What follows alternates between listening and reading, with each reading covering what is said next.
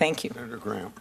Thank you. Director Comey, could you pass on to your agents and all support personnel how much we appreciate their efforts to defend the country? We're going to set a record for questions asked and answered in 6 minutes and 54 seconds, if I can. Do you agree with me if sequestration goes back into effect next year, it would be devastating to the FBI? Yes. And it's due to do so unless Congress changes it? I've been told that. Okay. Do you agree with me that ISIL loses the caliphate, these people will go out throughout the world and become terrorist agents, and the threat of terrorism to the homeland is going to get greater over time, not smaller? Yes. It'll diminish in that their power to put out their media to the troubled people in the country will decrease, but the hardened killers flowing out of the caliphate will be a big problem. So from a funding point of view, terrorism is not going to get better, it's probably going to get worse. I think that's fair to say. Did you ever talk to Sally Yates about her concerns about General Flynn being compromised? I did. I don't know whether I can talk about it in this forum, but yet the answer is yes. But she had concerns about General Flynn, and she expressed those concerns to you? Correct. Okay. We'll talk about that later. Do you stand by your House testimony of March 20th that there was no surveillance of the Trump campaign that you're aware of? Correct. You would know about it if they were, is that correct? I think so, yes. Okay. Carter Page, was there a FISA warrant issued regarding Carter Page's activity with the Russians? I can't answer that here. Did you consider Carter Page an agent of the campaign? Same answer. I can't answer that here. Okay. Do you stand by your testimony that there is an active investigation, counterintelligence investigation regarding Trump campaign individuals and the Russian government as to whether or not they collaborate? You said that in March. Is to that see if there was any coordination between the Russian effort and people. Is that still going on? Yes. Okay, so nothing's changed. You stand by those two statements? Correct. But you won't tell me about Carter Page? Not here, I won't. Okay. The chairman mentioned that Fusion, are you familiar with Fusion? I know the name. Okay. Are they part of the Russian intelligence apparatus? I can't say. Okay. Do you agree with me that if Fusion was involved in preparing a dossier against Donald Trump, that would be interfering in our election by the Russians? I don't want to say. Okay. Do you agree with me that Anthony Weiner of 2016 should not have access to classified information? Yes, that's a fair statement. Would you agree with me that if that's not illegal, we got really bad laws? Well, if he hadn't... he got it somehow. It would be illegal if he didn't have appropriate clearance. Well, do you agree with me he didn't have appropriate clearance? He did. If he did have appropriate clearance, that'd even be worse.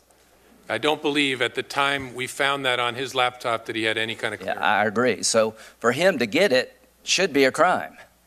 Somebody should be prosecuted for letting Anthony Weiner have access to classified information. Does that make general sense? It could be a crime. It would depend upon what the people... Well, do you agree with me it should be? That anybody that lets Anthony Weiner have classified information probably should be prosecuted. Well, if our laws don't cover that, they probably should. There's no Anthony Weiner statute, but it is... There's already a... Well, maybe we need one. There's already a statute. All right, good. There's already a statute. I just wonder how you can get classified information and it not be a crime by somebody. Unmasking, are you familiar with that? I'm familiar with that term. Okay, has the Bureau ever requested unmasking of an American citizen caught up in incidental collection? Oh, yes. Yeah. Okay. In fact, I did it this week in connection with an intelligence report. All right, before I reauthorize 702, and I'm a pretty hawkish guy, I want to know how unmasking works. Are you aware of any requests by the White House, anybody in the Obama administration, to unmask American citizens that were caught up in incidental surveillances in 2015 or 2016? I'm not. I'm not aware of any request to the FBI. Would you know who would they make the request to? Well, they can make it to anyone in the FBI who was... What about the NSA? Wouldn't you make it to the NSA? Sure, if it was an NSA report. Okay. I've read in the media and heard about NSA reports. When you ask for unmasking, who do you ask? Do you go to the NSA to ask that somebody be unmasked? When I want, for example, I'll give you an example. I got a report this week that said U.S. company number 1 Right. It had been removed, and I said, I believe I need to know the name of that company. Who do you ask? So I asked my intelligence briefer, who works for the PDB staff, say, I'd like to know that. And then she goes and asks the owner of the information. Which would be the NSA? Well, in this case, I think it was CIA information, saying the director Does the owner of the information record requests for unmasking? I believe the NSA does. CIA, I don't know about CSA. NSA definitely does. But there should be a record somewhere in our government for a request to unmask, regardless of who made the request. I think that's right. Is it fair to say that very few people can make requests for unmasking? I mean, I can't go and make that request as a senator, can I? Sure, it's a fairly small group, the consumers, which I am, of that small set Is the National Security Council within that group that can make this request, or do you know? I don't know for sure. I think the National Security Advisor certainly can. Okay.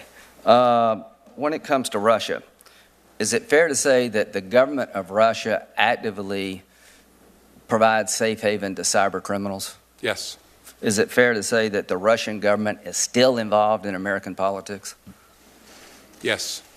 Is it fair to say we need to stop them from doing this? Yes, fair to say. Do you agree with me the only way they're going to stop is for them to pay a price for interfering in our political process? I think that's a fair statement. Yeah, okay. So what we're doing today is not working. They're still doing it. They're doing it all over the world, aren't they? Yes. So what kind of threat do you believe Russia presents to our democratic process, given what you know about Russia's behavior of late? Well, certainly, in my view, the greatest threat of any nation on earth, given their intention and their capability. Do you agree that they did not change the actual vote tally, but one day they might? I agree that very much. We found no indication of any change in vote tallies. There was efforts aimed at voter registration systems, but I suppose in theory, hard in the United States, the beauty of our system is it's a bit of a hairball, and all different kinds of systems and elderly. Have they done this in other countries where they actually tampered with the vote? My understanding is they have attempted it in other countries. And there's no reason they won't attempt it here if we don't stop them over time. I think that's fair. Thank you.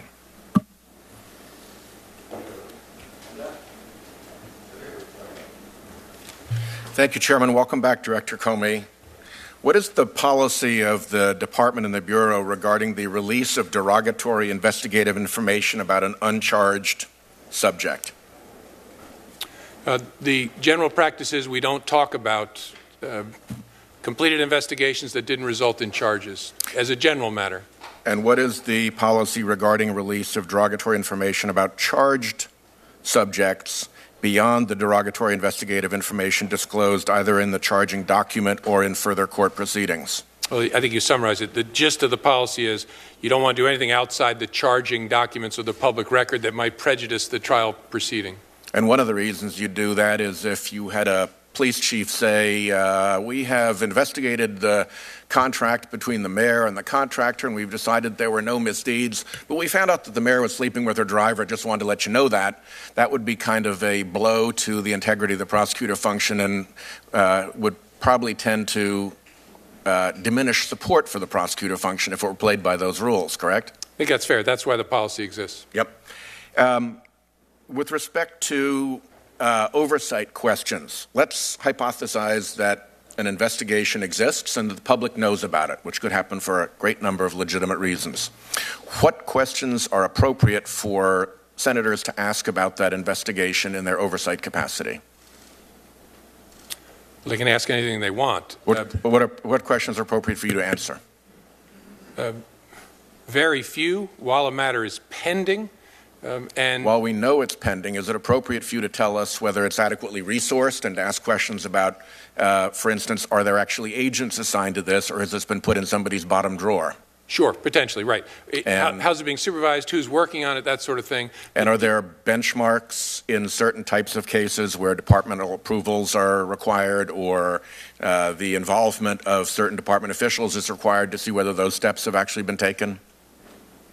I'm not sure I'm following the question. I'm sorry. Well, let's say you've got hypothetically a RICO investigation and it has to go through procedures within the department necessary to allow a RICO investigation to proceed.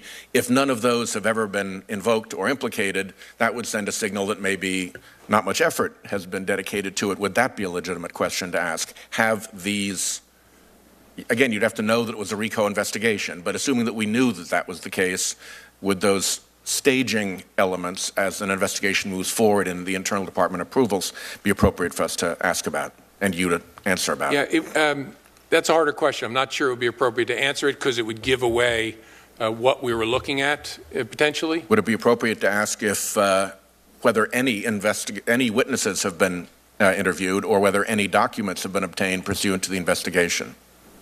That's also a harder one. I'd be reluctant to answer questions like that because it's a slippery slope to giving away information about exactly what you're doing. But if we're concerned that investigation gets put on the shelf and not taken seriously, the fact that no witnesses have been called and no documents have been sought would be pretty relevant and wouldn't reveal anything other than a lack of attention by the Bureau, correct? It could, but we're very careful about revealing how we might use a grand jury, for example. And so if we start answering... Well, you've got 6E, I understand that. Yeah. This is a separate thing. Yeah, so that's a harder call. Well, we'll pursue it. Okay. What is the department's or the Bureau's policy regarding witnesses who are cooperating in investigation, who have some form of ongoing compliance problem? Let's say they haven't paid their taxes for the last year. Is it the policy of the department or the Bureau that they should get those cooperating witnesses to clean up their act so that their noncompliance does not become an issue later on in the case? Yes, I don't know whether it's a written, I know I should know this, I can't remember sitting here whether it's a written policy. It's certainly a long-standing practice. Long-standing practice, exactly. When are tax returns useful in investigating a criminal offense? Well, they're useful in showing unreported income, motive. If someone hides something that should otherwise be on a tax return, it indicates they might know it was criminal activity. It's not uncommon to seek and use tax returns in a criminal investigation. Not uncommon. It's a very difficult process, as it should be, but especially in complex financial cases, it's a relatively common tool. The hearing that Senator Graham and I held with respect to Russia's infiltration and influence in the last election raised the issue of Russia intervening with business leaders in a country, engaging them in bribery or other highly favorable business deals with a view to either recruiting them as somebody who has been bribed or being able to threaten them by disclosing the illicit relationship. They're perfectly happy to blow up their own cutout, but it also blows up the individual. Have you seen any indication that those are Russian strategies in their election influence toolbox? In general, my understanding is those are tools that the Russians have used over many decades. And lastly, the European Union is moving towards requiring transparency in corporations so that shell corporations are harder to create. That risks leaving the United States as the last big haven for shell corporations. Is it true that shell corporations are often used as a device for criminal money laundering? Yes. Is it true that shell corporations are also often used as a device for the concealment of criminally garnered funds? Yes. And to avoid legitimate taxation? Yes. What do you think the hazards are for the United States with respect to election interference of continuing to maintain a system in which shell corporations that you never know who's really behind them are commonplace? Well, I suppose one risk is that it makes it easier for illicit money to make its way into a political environment. And that's not a good thing. I don't think it is. Yeah, me neither. Okay, Thank you very much. Thank you, Chairman.